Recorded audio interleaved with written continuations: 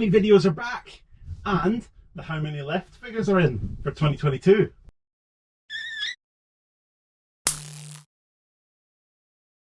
It feels like it's been absolutely ages since I made a video just driving around in Ami and wittering away and telling you how life with Ami is. And that's because, as those of you that are regular viewers know, I've been busy in the midst of house move madness for a little bit now. Finally got moved in and then was faced with the brace of DIY, painting, gardening, landscaping, all that lovely stuff. So my Kangoo ZE has been very busy recently. Trips to B&Q, hauling all sorts of stuff around. And that means Ami's kind of been on the sidelines. I've not really had much call for a little car that can't really carry anything. Although that is maybe not quite true. That's probably doing Ami a disservice. I know some people do manage to move things far bigger than they probably should. But it wasn't much use for a trip to B&Q to buy 10 bags of compost or a load of gravel or anything like that. So Kangoo is definitely the most appropriate vehicle for the job at the time. But things are now easing and it looks like we can get back to business. Today I am just going in. Well, I'm actually going to buy a couple of plants, but they're only little, so they'll fit in here. Post a parcel and, the kind of mundane stuff that Ami's really good at. So it means I can bring you another video.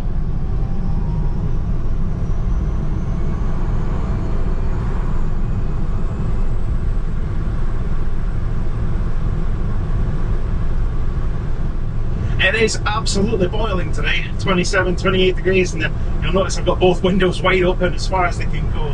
I don't know what that's going to do for the audio. I will try my best when it comes to editing to make that as bearable as possible for you, but yeah, there's a fair bit of wind noise in here. It's a little bit more viable with Ami than other vehicles because I'm obviously only moving at maximum 28 miles an hour, so the wind noise isn't as bad as it can be, but I'm hoping this isn't just going to be completely unintelligible because that won't be so good. Trying really hard now to get back into a proper upload schedule with the channel. For those of you that are interested in broader sort of EV stuff, not just Ami, you'll find a wide variety of stuff to pique your interest on this channel, hopefully. So EV news, new car model releases, all that kind of stuff. So if you are interested in that, make sure you subscribe with notifications on, and when those videos are released you should get notified about it. Obviously, if you're just here for Ami stuff, well, I'm hopeful I can start bringing you more regular uploads again on what life is like with the Citroen Ami in the UK. Maybe the fact I've not really been able to use Ami recently kind of backs up some of the viewpoints that, oh, it's a useless little toy, you'll never actually be able to do anything with it. I'm not sure that's particularly fair. Just because I've had to move big and heavy stuff around doesn't mean that having a small light vehicle that can get me from A to B when I need to, and I don't need to carry loads of building materials, means that it's useless. I think we have a terrible habit, at least in this country and probably elsewhere too, of buying the biggest vehicle for that one day a year when we desperately need to move big and heavy stuff or carry loads of people. And you see this with EVs as well. So I need 400 miles of range because once a year I go to Cornwall, and I think that is very much a bad habit we have of trying our hardest to buy something that caters for every single scenario we can think of. Whereas in fact, I mean, I had to move some really oversized trees. I bought some very mature trees that were 10 foot high, and I had to move those. Well, I couldn't use my car or a Kangoo or anything like that for them, so what did I do? I hired a big van, and the van made light work of it. So I think having the most appropriate vehicle for your needs at the time is more important than having one that covers every given possible scenario, I think. And I think that's where people go wrong when they don't really understand what this is for.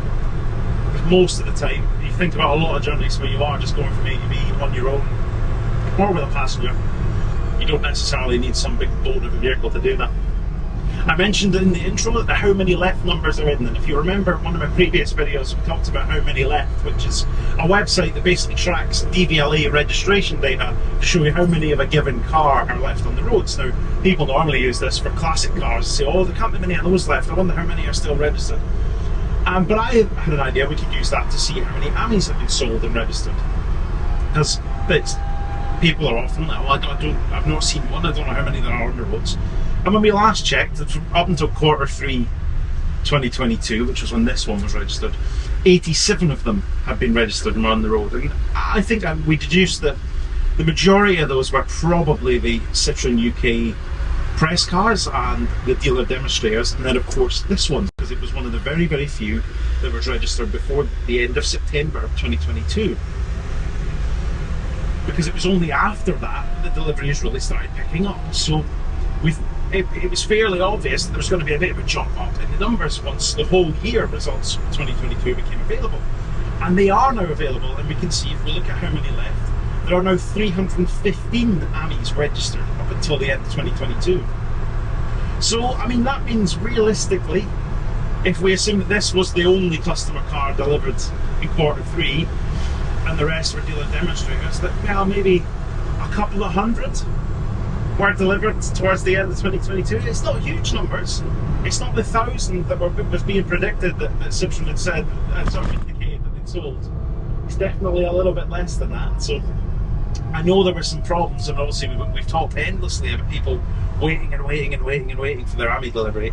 I have noticed things seem to have picked up now. So in the sort of year to date of 2023, there's quite a lot kicking around. I noticed more and more photos of them on the 23 reg, so they were delivered after the 1st of March. So I wonder what those numbers are going to look like when we see the Q1 23 figures. But yeah, so it looks like a couple of hundred customer cars were sold towards the end of 2022, or actually managed to be delivered. Let's be honest, there's a lot more than that sold. There's still just people waiting for delivery. And I'm seeing people saying now, you know, they've ordered one, especially if they order a basic one, that they're going to be promised delivery really quite quickly now, so the waiting times have subsided a little bit, which is nice. But I think they're still having logistical challenges, and I think it's still taking a little bit of time if you order one of the fancier versions like the Pop or the Tonic. It's still taking a little bit longer to get them out to people. What I thought was also quite interesting is when you look at the Ami Cargo, which has its own model designation of the DVLA, there was only one of those previously registered, and I think that was the one, there's a press car of the Cargo. And there are now 6, which is a lot fewer than I was expecting. So I don't know whether that's been that the Cargo model isn't popular. I mean, I think it's brilliant. I think it's absolute genius, giving you an ability to deliver small packages in the final mile. I think it's absolutely brilliant. I'm surprised there isn't, you know, like pizza delivery places and stuff like that clambering over them. But maybe a lot of people just buy the standard version and just either take the seat out or put something on top of it. That's a possibility.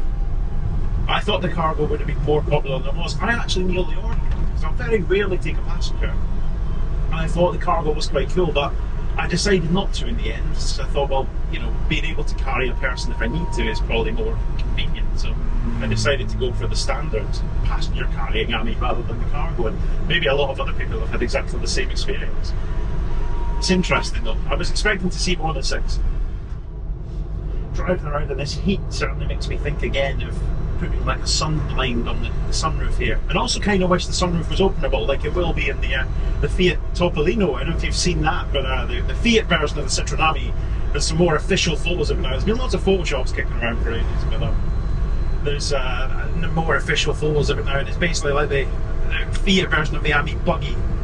Although it looks like there is a version with doors as well, which is quite interesting. But yeah, an openable roof would be really good.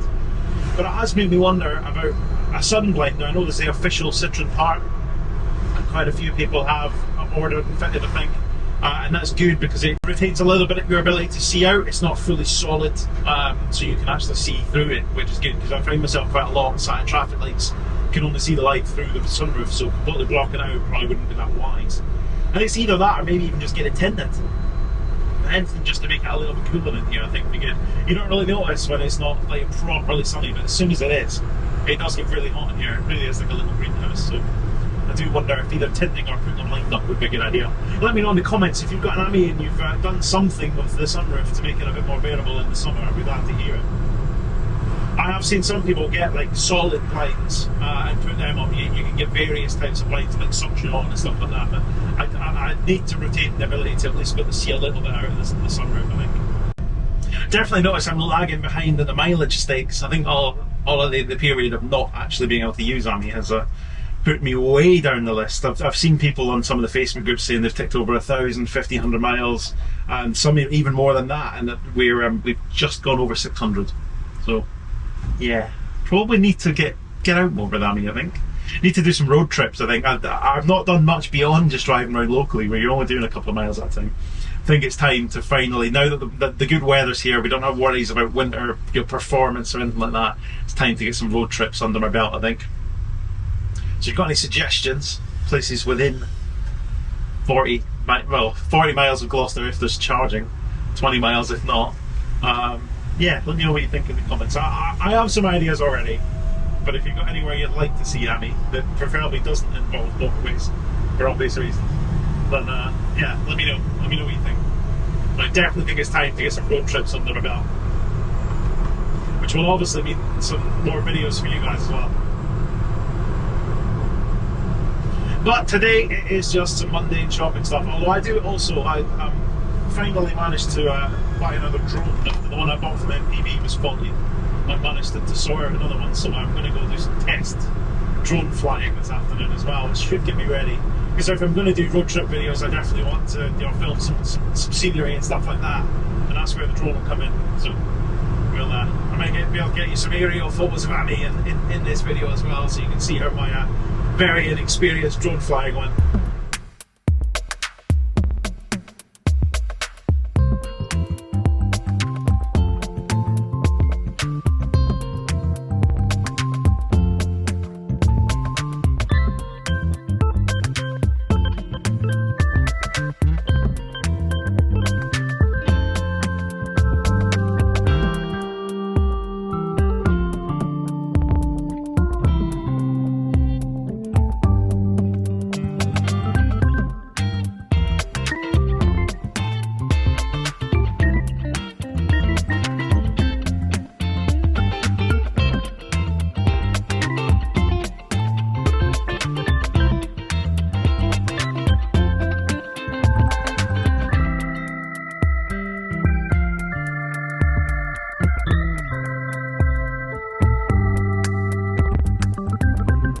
Well, that was relatively successful. Plants acquired, parcel posted, drone test flight conducted without crashing too many times, and I'm sure you'll see the very impressive footage. So, time to head home, shall we?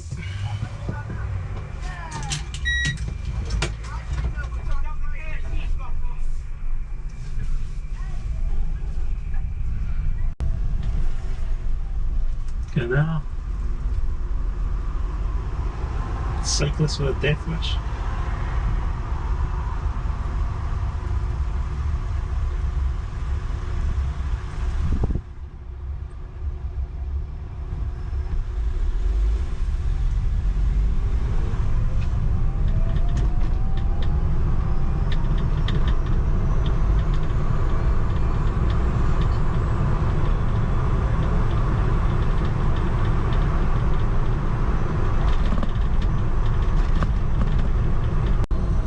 Really a regular user of public charging these days, but using that Osprey charger just then that you see me leaving from, it reminds me just how challenging it can be sometimes. So turn up, plugged in, scan my contactless card, payment reader isn't working.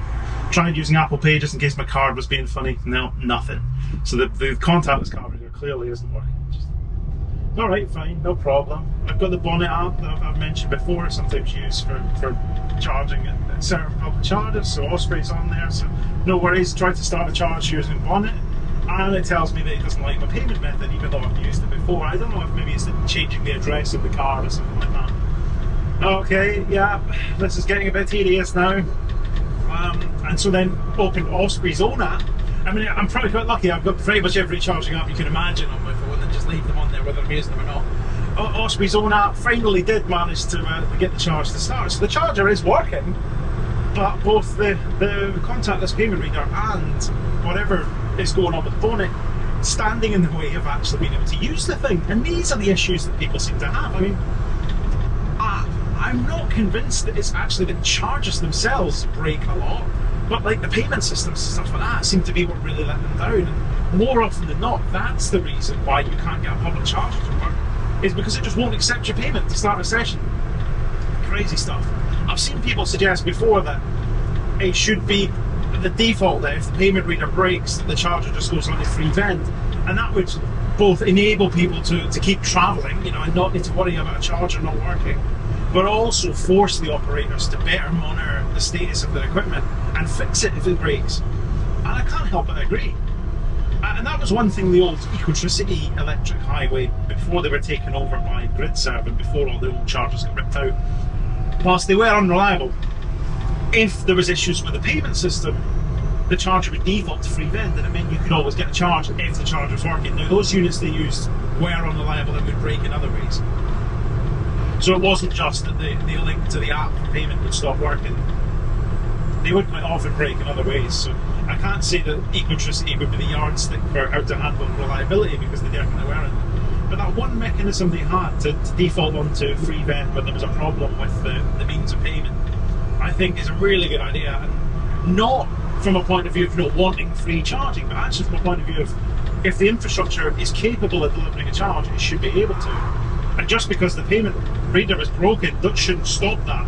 And the operator should be incentivised to fix that if it's broken.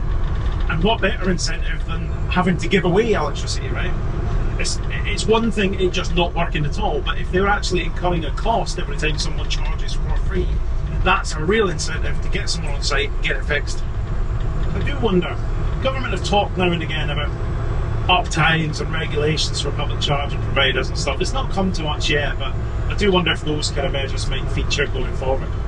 I noticed my rattles back in this door. I don't know if you might not be able to hear. I don't know if the microphone will pick it up, but there's a rattle coming from this door, and it seems to only do it if the door is unlocked. So the passenger door is usually locked, but I opened it to put these plants in. It does mean that until you lock it again, something in the mechanism rattles. Don't know if the door needs adjustment or whatever, but it seems to be if the door is unlocked, you get a rattle, which is interesting. It's just another quirk of Ami, I suppose.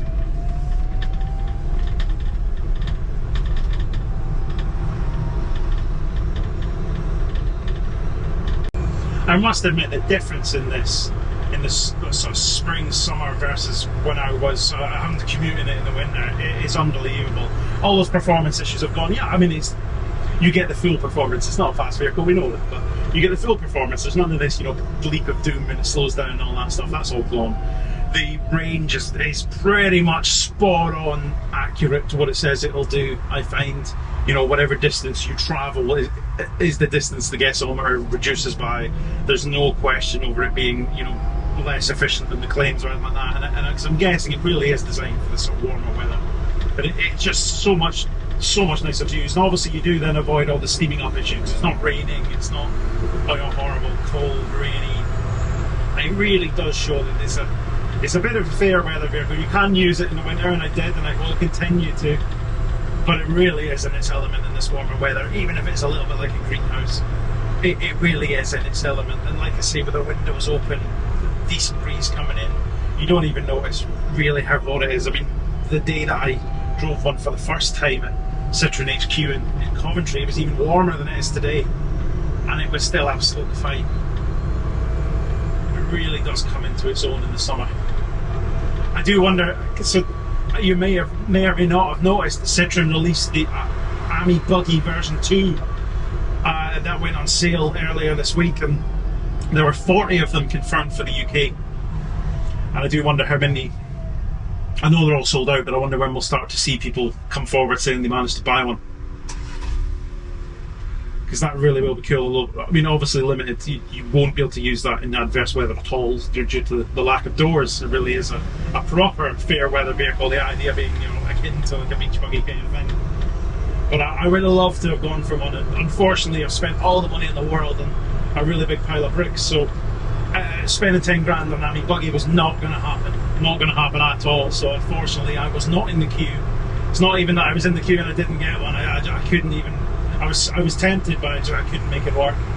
Unfortunately, partly due probably to not really getting my finger out enough with content with this one, and getting the channel into a place where it could maybe have supported bringing Ami Buggy online as well. But I had to sit this one out, I'm afraid. I'm hoping I get the chance to drive one. I'm hoping either Citroen UK will have one on the press fleet and they'll let me have a go, or someone that buys one will let me have a go, because I think it'll be great fun. I think especially in the summer, you live by the sea, it's tooling about in Ami Buggy in the sun, it would be amazing, I think. And if you have bought one, then all the credit to you, because I would be right behind you in the queue if I had the cash at the moment, but it just wasn't going to work. But all 40 of them did sell out, so there'll be 40 of them on UK roads. They're saying delivery is September, which is quite interesting. I don't know if it was particularly wise of Citroen to deliver another Ami product into the UK market just as the weather starts getting colder again. I think that could have been timed a bit better. I think we could have seen that for, you know, spring 24 delivery. I mean, with some of the track record of delivery times, maybe that's what it'll turn into, but I'm not sure delivery in September was particularly wise. I haven't seen, obviously, firsthand some of the cold weather issues with Ami. But we'll see. We'll see. It might mean we end up with a fire sale of buggies as people decide they don't really like them very much. Maybe I will be able to pick one up then. I doubt it. The first round of them in France, obviously they were very, very limited. The version 1 buggy was very limited, and they sold out immediately in France, obviously, but then they were being flipped for like €25,000 and stuff.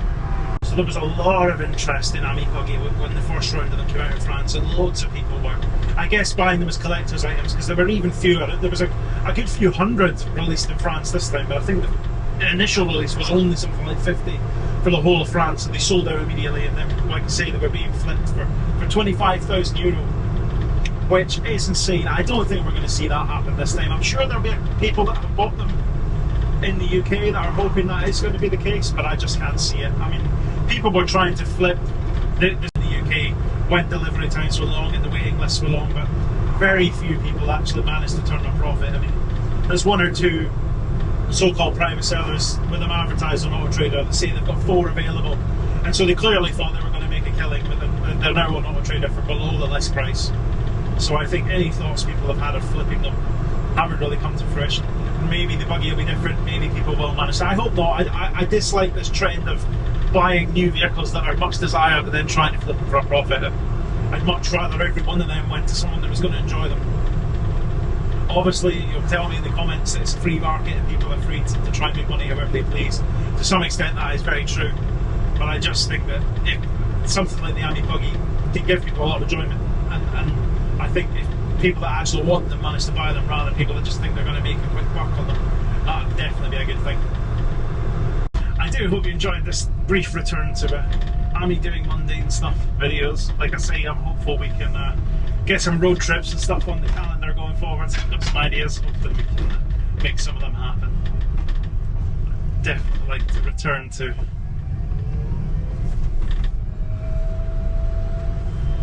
We'd definitely like to return to making some regular Ami content, and as I said before, there is definitely also going to be some regular non-Ami, general EV stuff kicking around as well. So to make sure you subscribe with notifications turned on, keep an eye out for those videos coming up, because I'm really hopeful that I can maintain a regular upload schedule and properly get back to it. That is it for this video. Do let me know in the comments what you think of my drone pilot skills. Thank you very much for watching. I'll see you next time.